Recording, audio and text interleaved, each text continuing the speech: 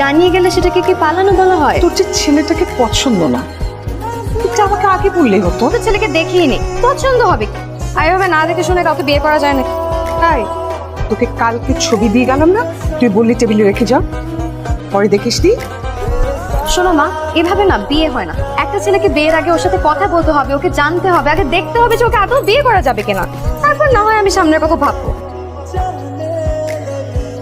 কি আশ্চর্য, এই ছেলেটার সাথেই তো রাস্তায় আমার প্রথম। ছেলেটা আমাদের মিথ্যা বলল কেন? আসতে পারি? জি আসুন, বলুন কি সমস্যা আপনার?